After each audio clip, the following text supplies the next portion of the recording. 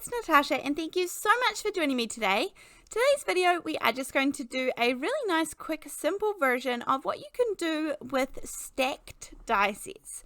Now today I'm going to be using this one here. This is from Elena Crafts, and the stacked die set, this one has a pattern to it, obviously.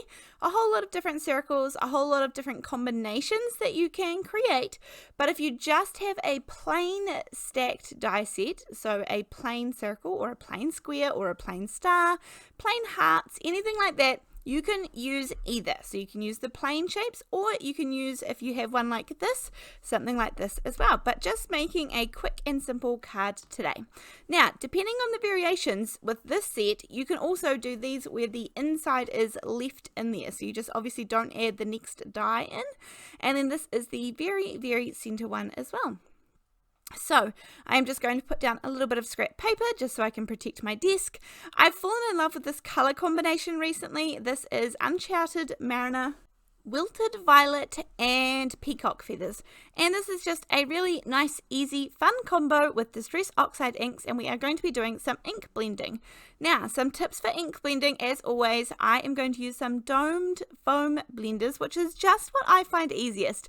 Now, ink blending is really, it's a pretty personal kind of journey to find what you find easiest. Now, I prefer the domed foam blenders, but I know lots, if not most people, prefer the brushes. They kind of look like makeup brushes with a handle. I think that's what most people probably use. I have never really got the hang of those. They just don't work for me for whatever reason, and that's okay.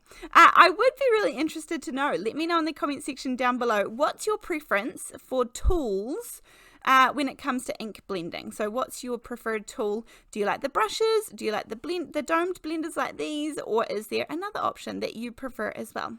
Now, I am just going back and forward. This does not have to be perfect, and that is one of my favorite things about doing a technique like this, is that you can really not have the perfect blend and people are still not going to notice. I add a couple of little spots of purple in the just around the edges, around the corners, just to add a little bit more purple in there. But other than that, my blending is done. Now, I have die cut these out of some silver mirror cardstock. Now, I don't love a huge amount of mirror cardstock, I guess, in general on my cards. I think the shininess can be a little bit overwhelming. However, I absolutely think when it's like this, when you have little pieces of it, and definitely not enough so that you can see your whole reflection in it, I really like that look. So at this point, I was really just figuring out, I had only one set die cut, and I was not going to die cut anymore at this point. In fact, these have been sitting on my desk for quite some time, and I had been wanting to use these up. I knew what I wanted to do with them. I was just finding the time to make that happen. So I trimmed down my panel a little bit so the border will already be there when I put it down on my card front. I'm using some liquid glue and a little bit of a makeup sponge. This is the Ranger Multi-Medium in the matte finish, so it's the same thing that I put in my glue bottles, but I buy it in these little bottles, these little containers, and then I pop it in my glue bottle using a syringe. But for this, I'm just going to dab the glue on the back, and you'll see how I make this one set of circles stretch for my whole background. So for the first one, I end up just putting the whole entire circle on first when I glued it, but from then on I just cut little pieces, how much I need, just roughly measure, and then cut with a pair of scissors, and then that way I'm able to get lots of different kind of parts of my background just using the one full circle. So this saves me a lot of die cutting. This set is really easy to die cut. It was purely just the amount of silver cardstock that I had, silver mirror cardstock that I had, and so I was just trying to use it up. This set was handy, and so I die cut it. I knew what I wanted to do with it, and then it had been waiting there for a couple of weeks for me to find the time. Now these are the tiny little in-between pieces as well, and I thought I may as well use those. I can make the edges, the trims, look ever so slightly different. So with this teeny tiny thin one, I just use the glue bottle and put a tiny little bit of glue all around, and then that is going to nestle right into the first one that we put on. It just makes it look a little bit different so that each one doesn't look absolutely identical. So I've zoomed in so you can get a really good look, and I just use different parts of all of the circles and then put them in so that the background is relatively filled up. I think this is just a really quick, easy, fun thing that you can do with stacked die sets. As I said, if you have a sort of decorative die set, then that is really fun too, but it doesn't have to be at all. You can just use normal die sets, normal stacked die sets for this. I think plain die sets are such a good investment. I have numerous videos on my channel where I use stacked die sets. They are absolutely fabulous, particularly the basics like squares and circles, rectangles, all of those sorts of things. Hearts and circles are all just really, really good value for money. So if that's something that you're thinking about investing in, I would definitely back that. I think that's a good option.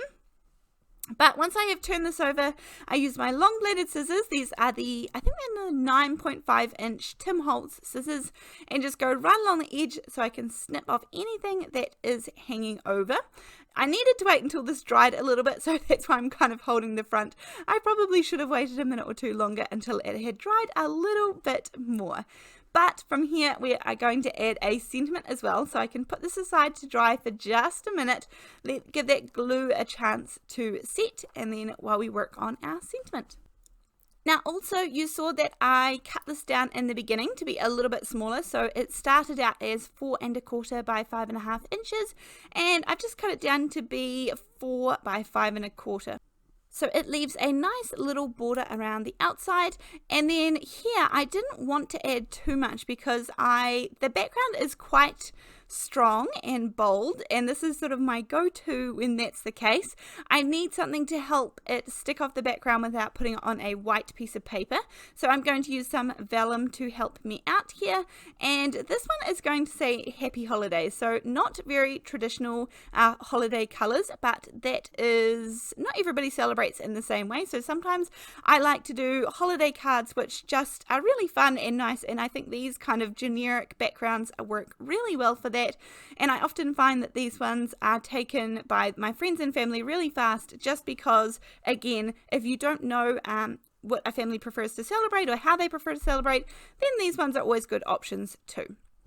So I have just stamped out the Happy Holidays. I am going to use some clear embossing powder because I stamped in some VersaFine ONYX black ink. So this is going to make it sit on here really well.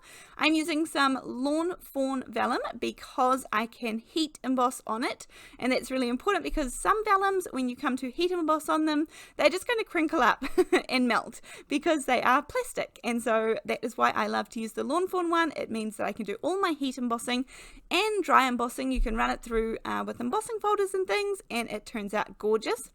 I'm just going to make this a nice little thin strip to go across the center without too much extra vellum, and that is just going to help the sentiment just pop off the page enough so that people can read it really clearly.